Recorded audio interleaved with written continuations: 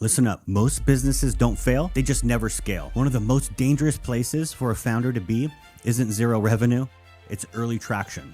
Because traction can hide structural problems for a long time. You can grow, feel progress, even make money, and still be building something that will never scale. And the cost isn't obvious at first. It shows up years later when you're exhausted, capped, and wondering why growth feels heavier instead of easier. So how do you know early if a business is actually scalable or just temporarily working?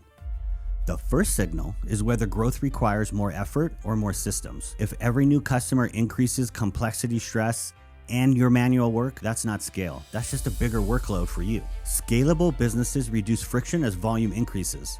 Fragile ones amplify it. The second signal is repeatability. Can you predict where the next customer is coming from? Or does growth depend on luck, one-off partnerships, or your founder hustle? If acquisition isn't repeatable, it's not scalable, no matter how impressive it looks today. Then there's the deliverability test. Ask yourself this: can you serve 10x more customers without 10x more people? If the answer is no, you don't have a scaling problem yet. You have a systems problem, and systems built late are far more painful than systems built early. Another overlooked factor is founder dependency. If the business slows down when you step away, that's a huge red flag. Scalable companies can function without constant founder involvement because decisions, processes, and standards are actually documented and just not stored in someone's head. Margins tell the truth too. If growth doesn't improve margins over time, something is wrong. Scale should create efficiency. If costs rise in lockstep with revenue, you're building linear growth, not exponential leverage. Then there's customer success.